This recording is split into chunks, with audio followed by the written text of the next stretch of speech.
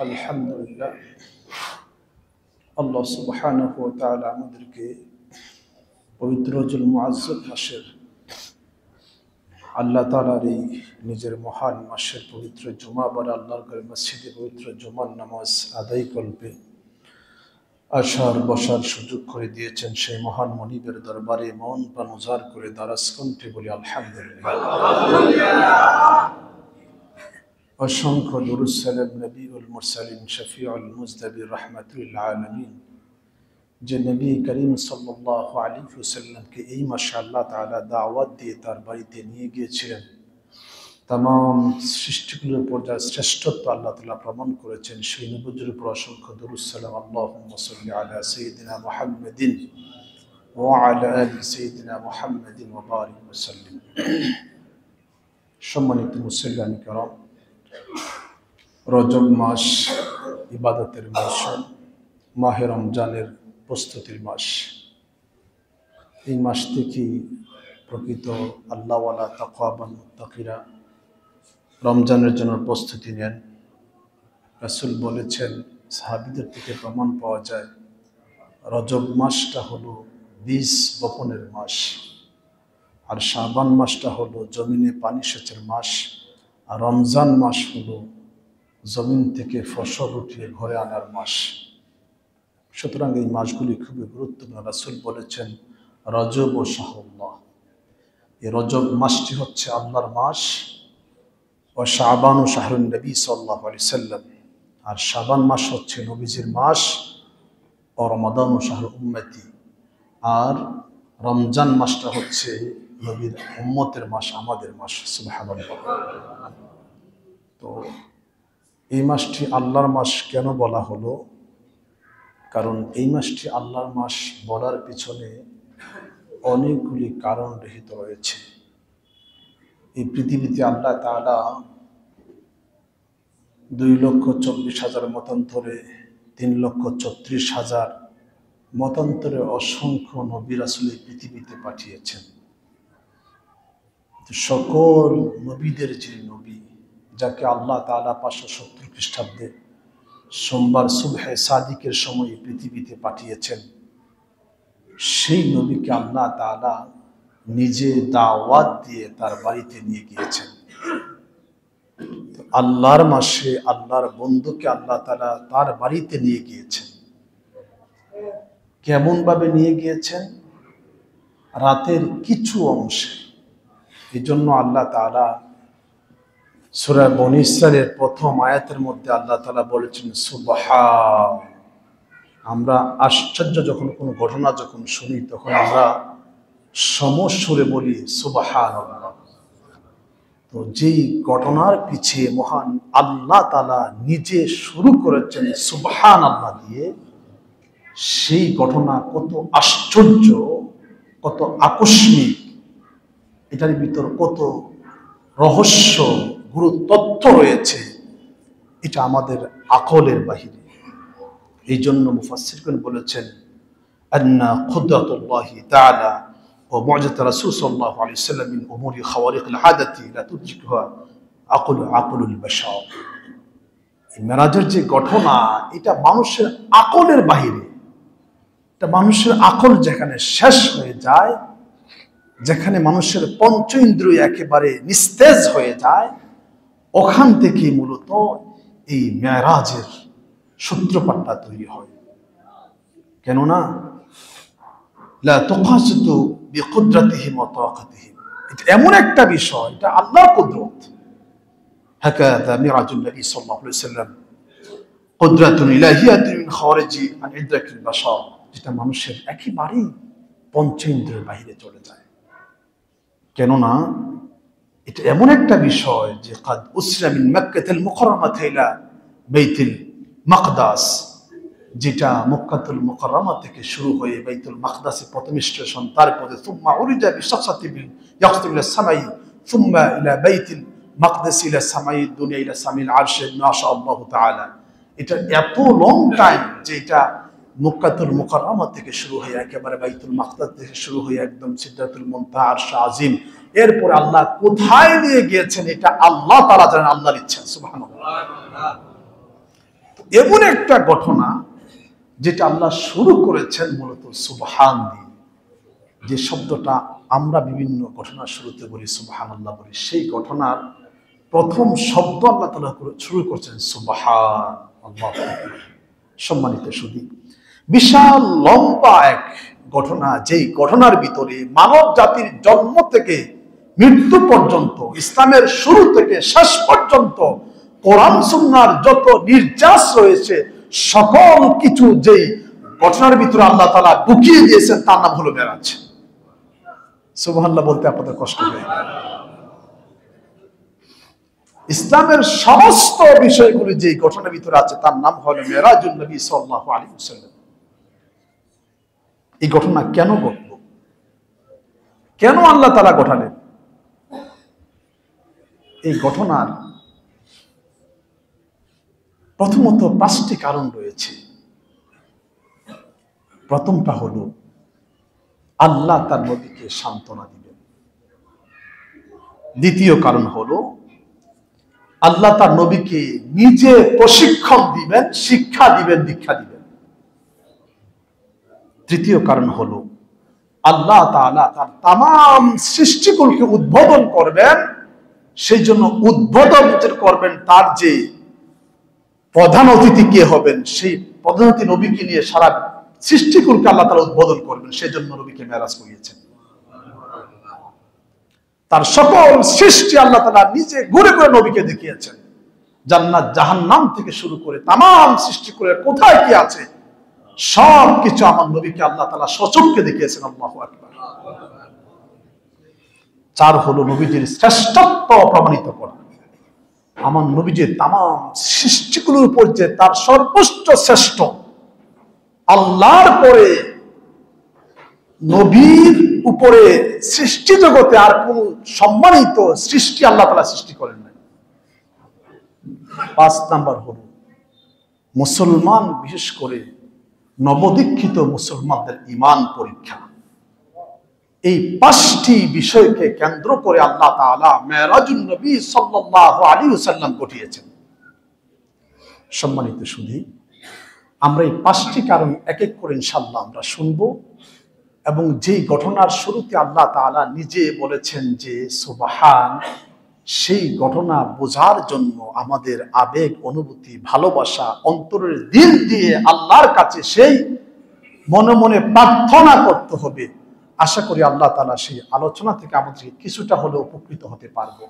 আল্লাহ তাআলা আমাকে আমলের নিয়তে বলার এবং আপনাদেরকে আমলের নিয়তে শোনার তৌফিক দান করুক। ওয়া মা তাওফীক ইল্লা বিল্লাহ। সম্মানিত সুধী, প্রথম কারণটি বলেছি রাসূলকে সান্ত্বনা দেওয়া। আমরা এবার চেষ্টা করব যে আমাদের মেরাজুন নবী সাল্লাল্লাহু আলাইহি ওয়াসাল্লামের শুরু থেকে আদ্যপান্ত পর্যন্ত অন্ততপক্ষে কিছু আলোচনা আমরা যেন শেষ করতে পারি। সেক্ষেত্রে আমাদের ধারাবাহিক কয়েকটি জুমা ইনশাআল্লাহ লাগবে। আপনাদের সবাই যদি ধারাবাহিকভাবে প্রথমে আসতে পারেন, আলোচনা করতে আমার জন্য সবচেয়ে সহজ এবং সুবিধা হবে।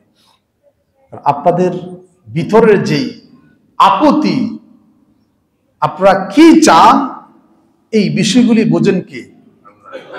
আর সেই কথাগুলি আমাদের মতো অধমদের ভিতর দিয়ে আল্লাহ তাআলা বের করে দেন। সম্মানিত সুধী, মেরাজের প্রথম যেই কারণ সেটা হলো নবীকে সান্ত্বনা দেওয়া। এই পৃথিবীতে নবী করিম সাল্লাল্লাহু আলাইহি ওয়াসাল্লাম শুভ আগমন করলেন। 40 বৎসর এই পৃথিবীর কেটে গেল। আমার রাসূলকে মক্কার সমস্ত অমুসলিম কাফের মুশরিকরা বলল, এতে কোনো মানুষ হতে পারে না। এরকম মানুষ তো আমরা আমাদের 14 গোষ্ঠীর বাপদাদারা কেউ দেখাও নাই, কল্পনাও করে নাই। যে মানুষ ভুল করেও কাউকে আঘাত করেন না, যে মানুষ মিথ্যা বলেন না, কাউকে কষ্ট দেন না, গীবত করেন না, পরচর্চা করেন না, পরনিন্দা করেন না, যে মানুষ দুইজনের ভিতরে বিভেদ তৈরি করে দেন না, যে মানুষ কারো সম্পদ লুট করে খান না, যে মানুষ কাউকে ঠকায় না, যে মানুষ অত্যাচার করতে পারে না, এটা কেমন মানুষ? যে মানুষ এমন যুগে আসছে যেই যুগটাকে আইয়ামে জাহিলিয়াতের যুগ বলা হতো, যেই যুগে মেয়েদেরকে জীবন্ত কবরস্থ করা হতো, তাদেরকে বাজারে পশুর মতো বিক্রি করা হতো। যে যুগে ছিল না কোনো মানবতা, ছিল শুধু দানবতা, এমন যুগে একটা মানুষ 40 বছর কাটিয়ে দিল, তার দ্বারা ভুল করে একটা মিথ্যা প্রমাণিত হলো না। এ কেমন মানুষ? যার জন্য মক্কার সমস্ত মানুষ আমার নবীকে অন্ধবিশ্বাস করতেন। নিজের বাবাকে মাকে বিশ্বাস করতে না পারলো, নিজের স্ত্রীকে বিশ্বাস করতে না পারলো, আমার নবীকে বিশ্বাস করে তাদের সম্পদগুলি আমার নবীর কাছে জমা রাখতেন। সেই নবীজি মক্কার মানুষদের কাছে যখন নিজেকে উপস্থাপন করে দিলেন, মক্কার মানুষেরা রে, 40 বছর পর্যন্ত তোমাদের মধ্যে আমি কাটিয়ে দিলাম, সকলে আমাকে আল আমিন বলো, বিশ্বস্ত বলো। তোমরা বলো যে ইতিপূর্বে আমার মতো কোন মানুষের সন্ধান তোমরা পাও নাই, তোমাদের গোষ্ঠীর কেউ এই সন্ধান কখনো পায় নাই, আর আমার পরেও এরকম কোন মানুষ আসবে না, কত সত্য।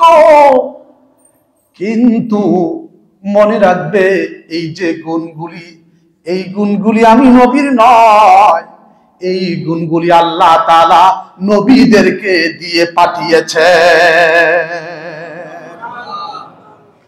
সমস্ত নবীদেরকে আল্লাহ তাআলা গুনাহ করার কোনো ক্ষমতা দেন নাই। এই জন্য আকাইদের একটা আকীদা হলো, আহলে সুন্নাত ওয়াল জামাতের আকীদা হলো, সমস্ত নবীগণ হচ্ছেন মাসুম, সমস্ত নবীগণ হচ্ছেন গুনাহ থেকে মুক্ত। আরে মক্কার মানুষেরা শোনো শোনো, এই যে তোমাদের ভিতরে অধপতন দেখা দিয়েছে, মারামারি, হানাহানি, কাটাকাটি, তোমাদের ভিতরে হত্যা, লুণ্ঠন, ডাকাতি, তোমাদের ভিতরে যে দানবতা শুরু হয়েছে, এই দানবতার কারণ হলো তোমাদের ভিতরে আল্লাহর পরিচয় নাই, নবীদের গুণাগুণ নাই, ইসলাম নাই, কোরআন নাই। সেই জন্য তোমাদের ভিতরে এই কলুষতা তৈরি হয়েছে। যদি তোমরা বলতে পারো লা ইলাহা ইল্লাল্লাহ মুহাম্মাদুর রাসূলুল্লাহ ফাদখালাল জান্নাহ, মক্কার মানুষেরা রে, যদি তোমরা আমি নবীর পরিবার আনতে পারো, আমাকে বিশ্বাস করতে পারো, মনে রাখবে আমি নবী তোমাদেরকে বলে গেলাম, তোমাদের ভিতরে শান্তি ফিরে আসবে, তোমাদের ভিতরে কেউ আর অত্যাচারিত হবে না, তোমাদের ভিতরে কোনো লুণ্ঠন লোহাজারি থাকবে না। মনে রাখবে তোমাদেরকে আল্লাহ তাআলা জান্নাত দিয়ে দিবে। যে মানুষগুলি বলল যে মহামানব, কেমন মানুষ, সেই মানুষগুলি কিছুক্ষণ পরে বলল এত জাদুঘর। নাউজুবিল্লাহ বলবেন না? শুরু হলো অত্যাচার, জুলুম। ডাল হয়ে দাঁড়িয়ে গেলেন আমার নবীজির চাচা আবু তালেব, ডাল হয়ে দাঁড়িয়ে গেলেন আম্মা জান খাদিজাতুল কুবরা রাদিয়াল্লাহু তাআলা আনহা, ডাল হয়ে দাঁড়িয়ে গেলেন নবীর অসংখ্য আত্মীয় স্বজন। সম্মানিত সুধী,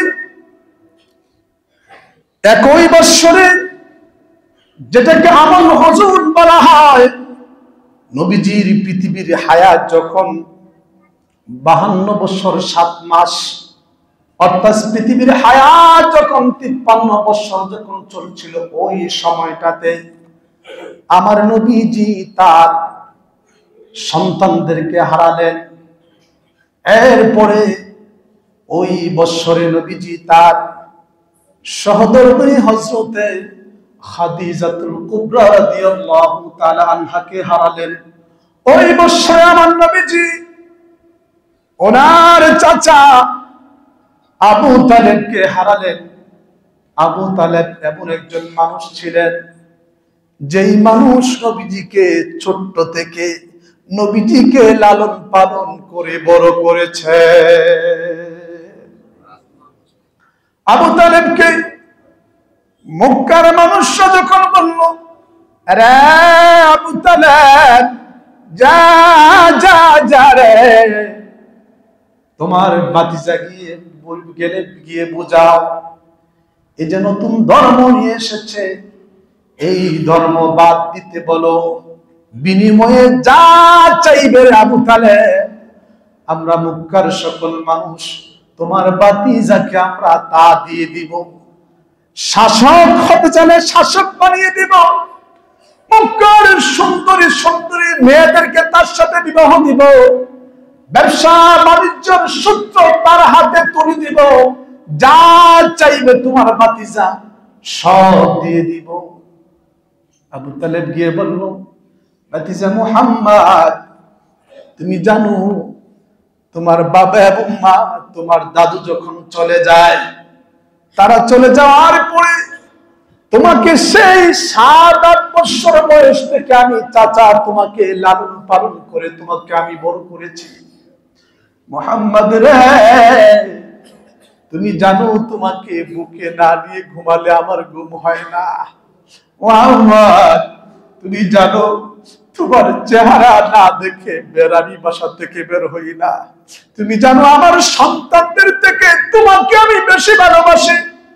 সারা দুনিয়ার মানুষ জানে তুমি আমার সন্তান, শুধু তুমি আমি জানি তুমি আমার ভাতিজা, আমি তোমার চাচা, কিন্তু দুনিয়ার মানুষ জানে তুমি আমার সন্তান। এই জন্য আল্লাহ নবী মুসলিম শরীফের মধ্যে নিজের চাচাকে নিজের বাবা বলে পরিচয় দিয়েছেন। আর হাদিস শরীফের মধ্যে আসছে, নবীজি বলেছেন, আখুল কবির কাল আবি, আল আম্মি কাল আবি, বড় ভাই চাচা বাবার মতো, দাদা বাবার মতো, সুতরাং চাচাকে বাবা বললে কোনো দোষ হয় না। মুহাম্মদ, আমাকে মক্কার কাফেরেরা এই কথাগুলি বলেছেন, তুমি কি বলো, তুমি এই ধর্ম ছেড়ে দাও। আল্লাহর নবী বললেন, চাচা গো, যদি আমার এক হাতে সূর্য এনে দেওয়া হয় আর এক হাতে যদি চন্দ্র এনে দেওয়া হয়, তাম পৃথিবী যদি আমাকে দেওয়া হয়, আপনি হয়তো জানেন না আমি কি জিনিস, শুধু জানেন আমি আপনার ভাতিজা। কিন্তু আরেকটা পরিচয় আছে, মনে রাখবেন, তামাম সৃষ্টিকুলকে আল্লাহ তাআলা আমার অধীনে করে দিয়েছে। তামাম সৃষ্টিকুল আল্লাহ তাআলা আমি নবীর জন্য হালাল করে দিয়েছেন। আপনি কে দেখাচ্ছেন আমাকে এই পৃথিবীর কথা? চাচা, আমার ডান হাতে সূর্য এনে দেওয়া সহজ, বাম হাতে সূর্য চন্দ্র এনে দেওয়া সহজ হতে পারে, কিন্তু মনে রাখবেন, আল্লাহর এই দিন থেকে কখনো আমি মুহাম্মদ বিচলিত হব না। আল্লাহর নবীর এই কথা শুনে চাচা আবু তালেব গিয়ে যখন বলল যে অবস্থা, তারা বলল, তাহলে আমরা তোমার বাচ্চাকে দুনিয়াতে বাঁচতে দিব। চাচা আবু তালেব ডাল হয়ে দাঁড়িয়ে গেলেন, আরে মক্কার মানুষেরা রে, আমি আবু তালেব তোমাদেরকে সতর্ক করছি, আমার ভাতিজা তার দিনে প্রচার সে করবে, তোমরা তোমাদের কাজ করবা, কিন্তু মনে রাখবা, যদি আমার সন্তানের উপর কেউ আঘাত করো, আমি আবু তালেব বেঁচে থাকতে তোমাদের একটা হাতও আস্ত রাখবো না। তোমাদের প্রত্যেকটি হাত আমি আবু তালেব আমার নিজে হাতে ভেঙ্গে চুরমার করে দিব। চাচা বাচ্চার প্রতি এত মহব্বত ভালোবাসা ছিল, সেই চাচাও দুনিয়া থেকে বিদায় নিলেন। নবীজির কষ্ট আরো বেশি বেড়ে গেল।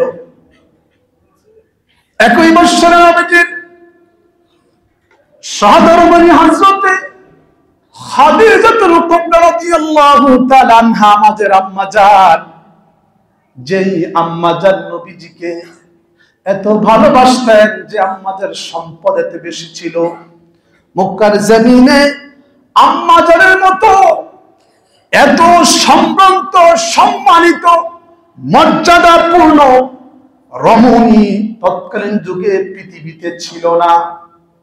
তার বংশমর্যাদা আল্লাহ রাসূলের বংশমর্যাদাই ছিল। তার দক্ষতা, তার বিচক্ষণতা এত বেশি ছিল যে ওনার বাবার একমাত্র সন্তান উনি ছিলেন। ওনার বাবার সমস্ত সম্পত্তি, ব্যবসা বাণিজ্য তিনি দেখাশোনা করতেন। বর্তমান যুগের মনে করেন ওরিয়ন গ্রুপ আছে, ইউনাইটেড গ্রুপ আছে, এরকম কয়েকশো কোম্পানিকে কেনার মতো সেই যোগ্যতা আল্লাহ তাআলা আম্মাজানকে দিয়েছিলেন। সেই আম্মাজান যেদিন আল্লাহর রাসূলের কদমে ইসলাম গ্রহণ করলেন, বললেন ইয়া রাসূলুল্লাহ, ইয়া হাবিবাল্লাহ, আমি খাদিজা দীর্ঘদিন থেকে অপেক্ষায় ছিলাম। স্বপ্ন যুগে বহুত কিছু আমি দেখেছি।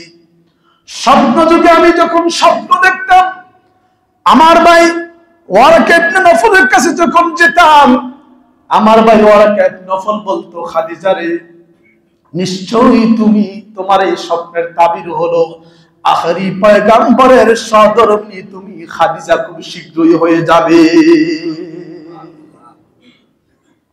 এখন নবীজি বহু স্বপ্ন আমি দেখেছি। আপনার পিছনে আমি সিআইডি লাগিয়ে দিয়েছিলাম।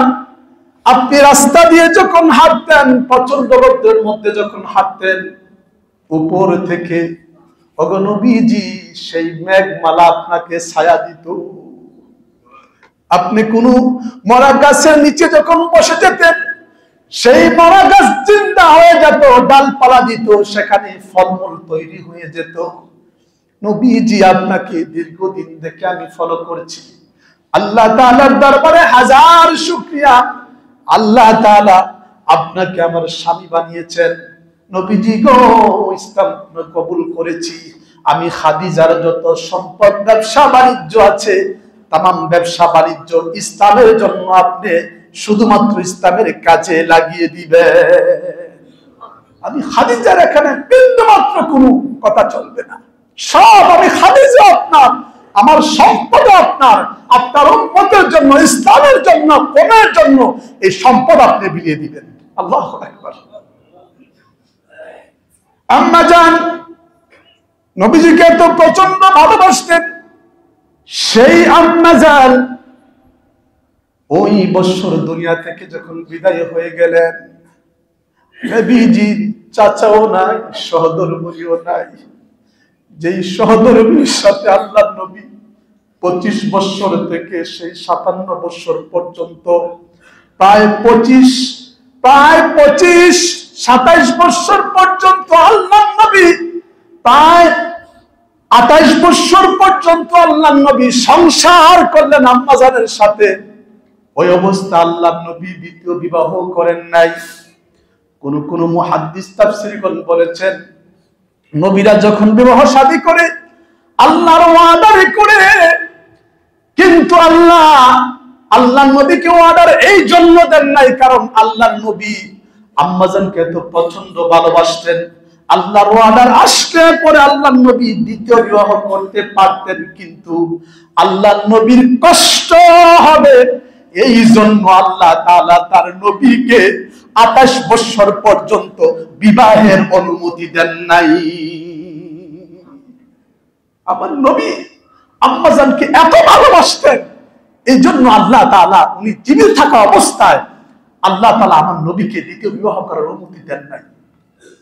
তাফসীরকার বলছেন, যদি আল্লাহর নবী আম্মাজানের মতো ওনাকে বেশি ভালো না বাসতেন, হয়তো আল্লাহ তাআলা আগেই বলতেন যে আপনি প্রয়োজনে আরো বিয়ে করেন।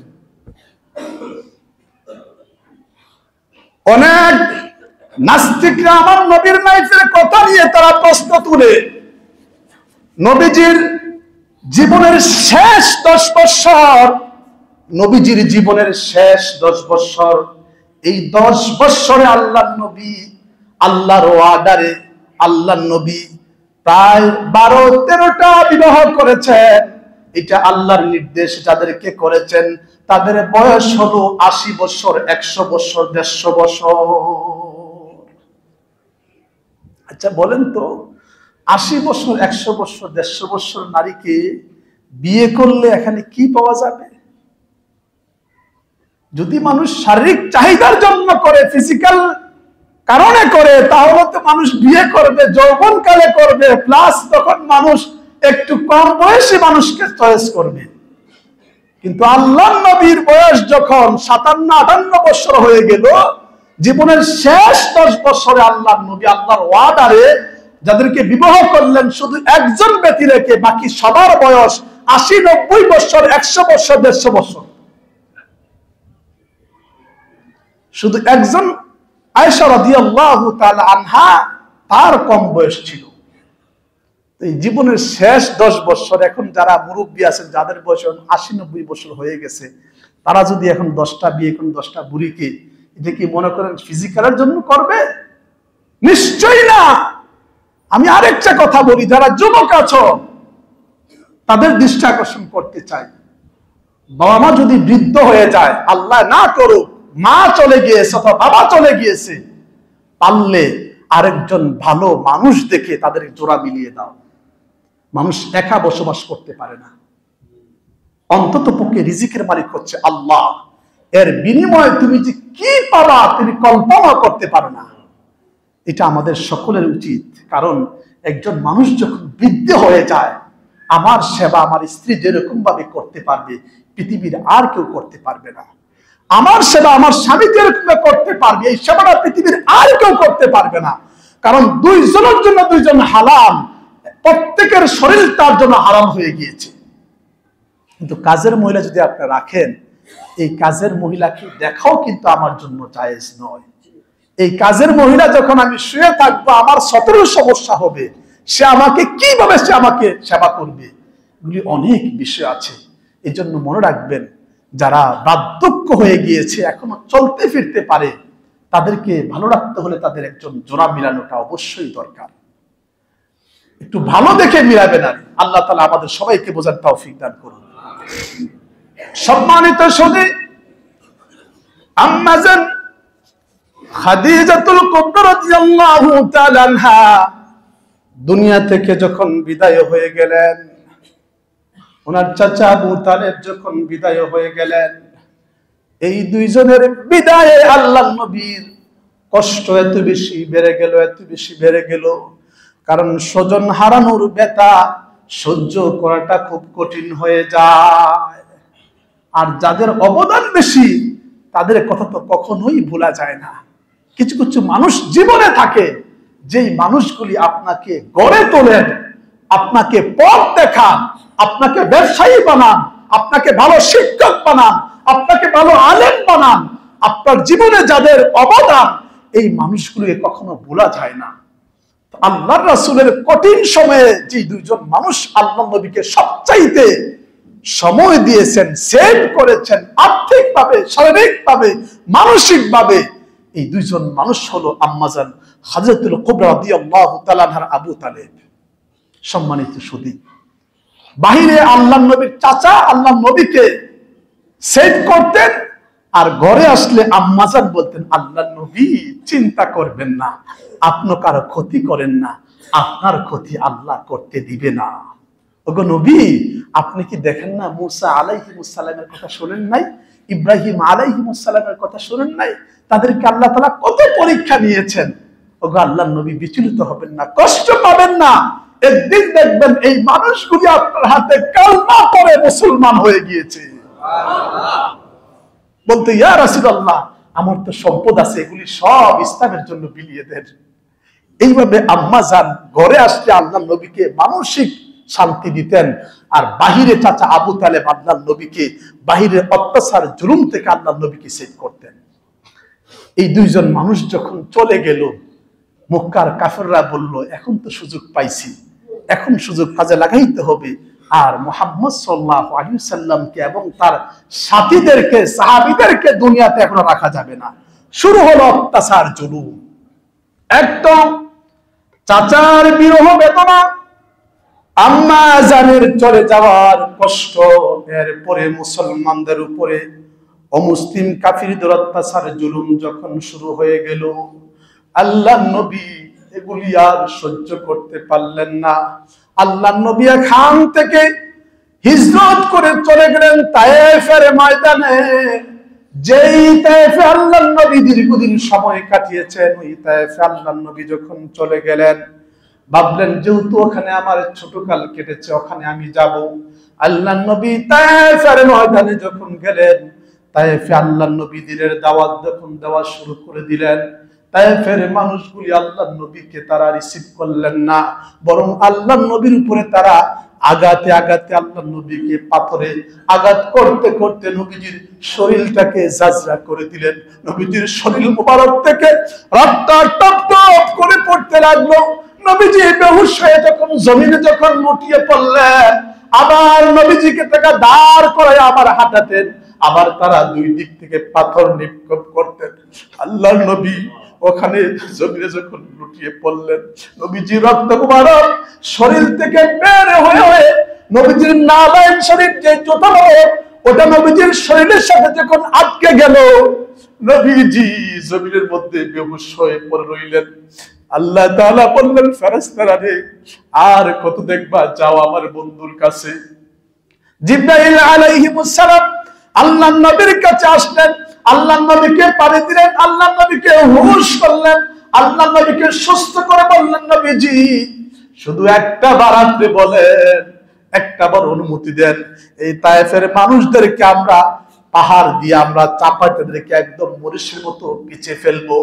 আল্লাহ নবী বললেন, না রে না, আল্লাহ তাআলা আমাকে পাঠিয়েছেন, ওয়া মা খালাকতুল জিন্না ওয়াল ইনসা ইল্লা লিয়াবুদুন।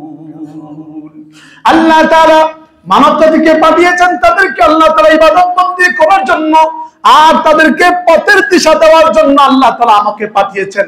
আর আল্লাহ তাআলা আমাকে বলেছেন, আমি হচ্ছি ওয়া মা আরসালনাকা ইল্লা রাহমাতাল লিল আলামিন। আল্লাহ তাআলা আমাকে तमाम সৃষ্টিকুলের জন্য রহমত করে পাঠিয়েছেন, আমি গজব নয়। সুতরাং আল্লাহ নবী হাত উল্টা দোয়া করলেন, আল্লাহুম্মা ইহদি কওমি ফাইন্নাহুম লা ইয়ালামুন।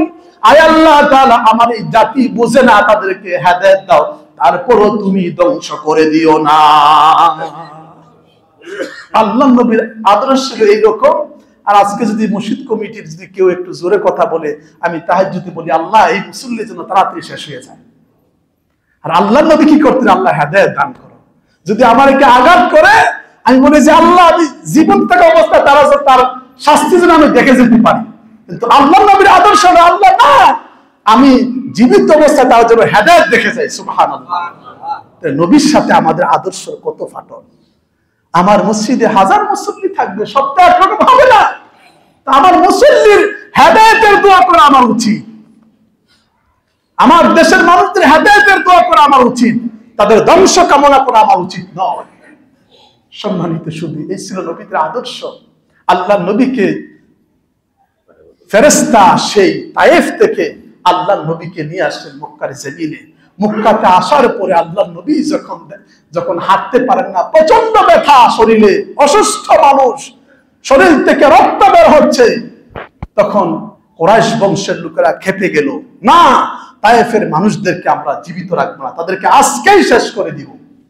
কুরাইশ বংশ বিশাল সম্মানিত বংশ, তারা যখন তৈরি হলেন, আল্লাহ নবী বললেন, না, এটা করা যাবে না, আমি নবী এটা চাই না, কাউকে তোমরা আঘাত করবে না, বরং যদি তোমরা আমাকে ভালোবাসো, মুহাব্বত করো, আমি নবীর উপর ঈমান আনো, লা ইলাহা ইল্লাল্লাহু মুহাম্মাদুর রাসূলুল্লাহ। সম্মানিত শুধু আমাদের আলোচনা চলবে সেই নবীজির মুহাব্বতে আমরা একটু দান বাক্সটা ছেড়ে দেই, মেহেরবানি করে দান বাক্স থেকে আমরা দান বাক্সগুলো আমরা একটু ছেড়ে দেই, মেহেরবানি করে। আমার নবীজি তায়েফ থেকে মক্কার জমিনে যখন আসলেন, সেই তায়েফের লোকদের সাথে মক্কার কাফেররা যুক্তি করলো। এবার তায়েফে গিয়েও যখন জায়গা পায় নাই, মক্কাতে এসেছে, এবার আমরা তাকে দুনিয়া থেকে বিদায় করে দিব, তাকে আর দুনিয়াতে রাখার দরকার নাই। মক্কার মানুষেরা, সেই কাফেরেরা আল্লাহ নবীকে দুনিয়া থেকে বিদায় করার জন্য তারা বৈঠকে বসে গেল, তারা সেখানে প্ল্যান তৈরি করলো, পরিকল্পনা তারা নিল। আল্লাহ নবী একেবারে অসুস্থ, ওনার বোনের বাসা, যেই বাড়িতে উনি বড় হয়েছেন, চাচার বাড়িতে, ওনার বোনের ঘরে উনি রাত্রে চাচার ঘরে উনি শুয়ে রইলেন। আল্লাহ তাআলা দেখছেন আল্লাহ তাআলা এমন সময় বললেন, জিব্রাইল কোথায় আছো রে? যাও যাও যাও, আমার বন্ধুকে গিয়ে আমার সেই দাওয়াতের চিঠিটা তোমরা পৌঁছে দাও। সুবহানাল্লাযী আসরা বিআবদিহি লাইলাম মিনাল মাসজিদিল হারামি ইলাল মাসজিদিল আকসাল্লাযী বারাকনা হাওলাহু লিনুরিয়াহু মিন আয়াতিনা ইন্নাহু হুয়াস সামিউল বাসীর। নবীজি অত্যন্ত অসুস্থ।